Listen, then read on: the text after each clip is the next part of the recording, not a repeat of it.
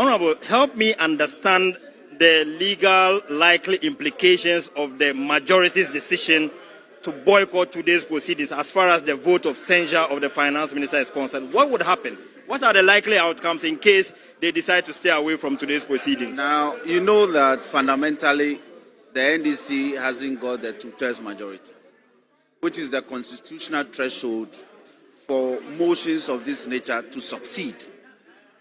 But let the record bears out, the minority out, that today, on this auspicious occasion, 10th November 2022, on Metro TV, the minority moved the House and got the motion seconded and debated, and the vote was cast for purposes of impeaching the Minister for Finance. The Constitution is very clear that even where the motion for censure succeeds by two-thirds majority, under Article 82.5, the minister is enjoined upon the success of the motion for censure by two-thirds majority to resign.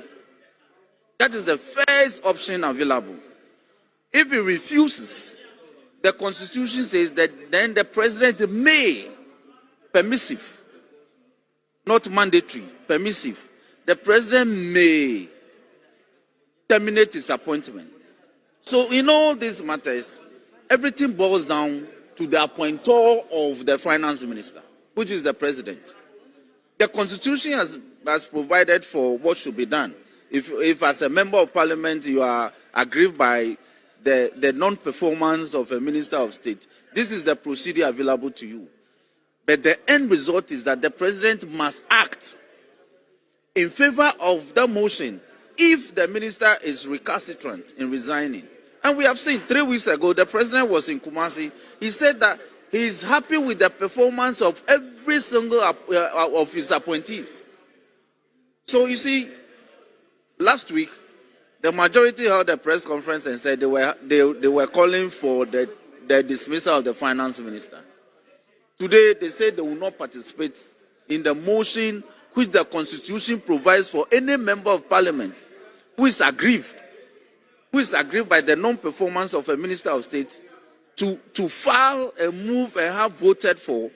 They said they are not in favor. So what they did amounted to a mere declaration of intention. It was a very deceitful thing they did, just to throw dust in the eyes of the people, pretending that they are aggrieved by the non-performance of the finance minister. When it comes to the nitty-gritty, when it comes to the crux of the matter for a decision to be made, they are resigning from that. So the people of this country and the whole world is seeing the NPP for who they truly are.